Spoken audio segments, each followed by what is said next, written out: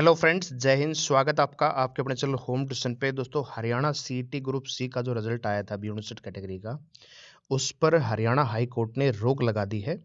और हो सकता है कि रिजल्ट दोस्तों रिवाइज हो। और इससे होगा क्या दोस्तों, बहुत सारे बच्चे ऐसे होंगे जो अभी ज्वाइन कर रहे होंगे या कर चुके होंगे, जो अभी 59 कैटेगरी की ज्वाइनिंग चली हुई है, तो उसमें उनकी ज्वाइनिंग जा भी सकती है, क्योंकि रिजल्ट है वो रिवाइज होगा।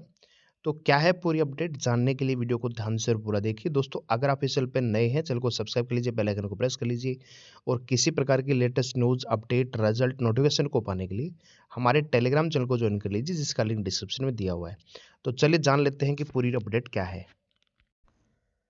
तो दोस्तों, यहाँ पे आप देखिए पूरी अपडेट क्या है। यहाँ पे आप ये न्यूज़ देख सकते हो कि हरियाणा हाई कोर्ट ने ग्रुप सी के 20,000 पदों की नियुक्ति पर रोक लगा दी है। हाँ जी, ज्वाइनिंग पर ही रोक लगा दी है।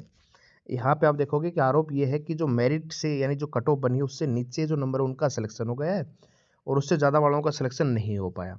और यहाँ पे आप पूरी अपडेट देख सकते हो कि यहाँ पे कह रहा है कि भैया तकनीकी खराबी के कारण, जो तकनीकी खराबी एसएससी की साइट पर थी, उसका खामियाजा युवाओं को भुगतना पड़ा जो योग्य हैं भी। ठीक है, यहाँ पे देखिए दोस्तों, याचिका दाखिल करते हुए हाईकोर्ट को बताया कि हरियाणा 32,000 मतलब हरियाणा सीटी जो है 32,000 पदों पर भर्ती चल रही है और भर्ती के लिए आवेदन किया, लेकिन आवेदन दर्ज नहीं हुआ। इसके चलते योग्य होते हुए भी उनका विभिन्न पदों पर चयन नहीं हुआ। ठीक है, और यहाँ पे आप देख सकते हो कि 5 फरवरी को सरकार की अंडरटेकिंग के बाद खंडपीठ ने रोक हटा दी थी।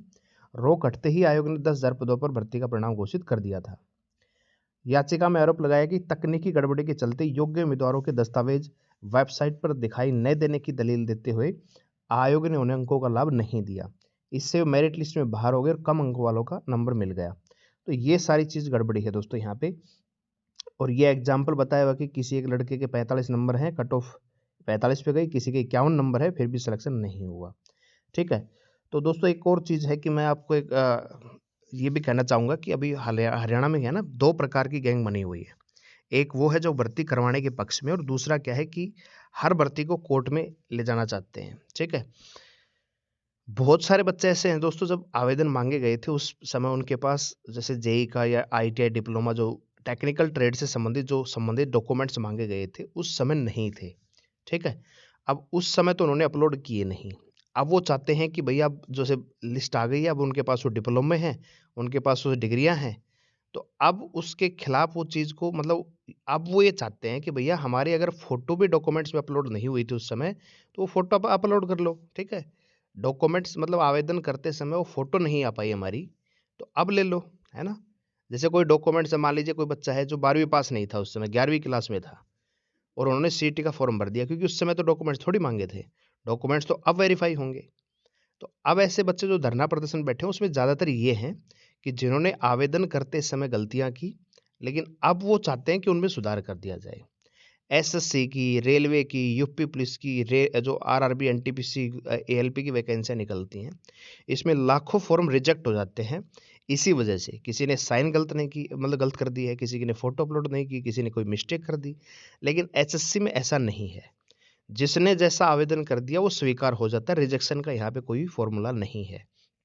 अब होता क्या है कि फॉर्म भरते समय जिन बच्चों के पास डिप्लोमा नहीं था, कोई डिग्री नहीं थे, मतलब टेक्निकल से संबंधित, जैसे वीएलडी की बात कर लेते हैं, तो वीएलडी के लिए डिप्लोमा चाहिए आपका वेटनरी में, लेकिन उस समय कुछ लोगों के पास नहीं होगा। अब उनके पास वो डिप्लोमा है, क्योंकि उन्होंने कर लिया होगा कहीं से। तो अब वो चाहते हैं कि अब वो योग्य हैं। भैया एक बात बताओ, किसी चीज़ की रूल और रेगुलेशन होते हैं। जब आवेदन करते समय आपसे मांगा गया था, तो उस समय आपके पास होना चाहिए। अब आप चाहते हो कि वो नियम ही बदल दें आपके लिए। ठीक है, तो जो बच्चे जॉइनिंग कर रहे हैं यहाँ पे, उनको भी दिक्कत हो सकती है। अगर रिजल्ट रिवाइज होगा, कट ऑफ बढ़ेगी या ऊपर नीचे जाएगी, तो हो सकता है कि जो बच्चे अभी ज्वाइन कर चुके होंगे उनकी भी नौकरी जा सकती है, क्योंकि कट ऑफ से अगर कम नंबर आपके रहे तो आपकी नौकरी जाएगी। ठीक है, तो हरियाणा में फिलहाल क्या है ना, ट्रेंड चला हुआ है कि ना तो भर्ती होने देंगे, ना ही पूरी होने देंगे। ठीक है, जैसे सरकार कुछ अच्छा कदम करती है, सरकार भर्ती पूरी करवाना चाहती है, कुछ लोग जाके खड़े हो जाते हैं। ठीक है, तो ये मैं स्पष्ट रूप से कह रहा हूँ, मेरे को कोई घंटा फर्क नहीं पड़ता कौन क्या बोलेगा। ठीक है, मुझे पता है।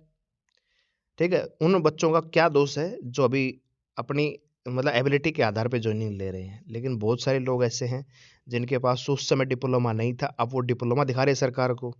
वो एसएससी कोर्ट के बाहर धरना प्रदर्शन कर रहे हैं कि हमारे 81 नंबर है, हमारे पास डिप्लोमा भी है। भैया उस समय आपके पास डिप्लोमा नहीं था, वो कैसे मान्य होगा, है ना?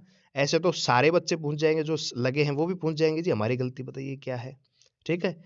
तो फिलहाल क्या है कि जो मतलब जिसकी लाठी उसकी भैंस हो रही है फिलहाल, ठीक है? जिसके पास थोड़ी-सी पावर है, जिसके पास थोड़ा सपोर्ट है, उसी के अकॉर्डिंग चला हुआ है सब कुछ।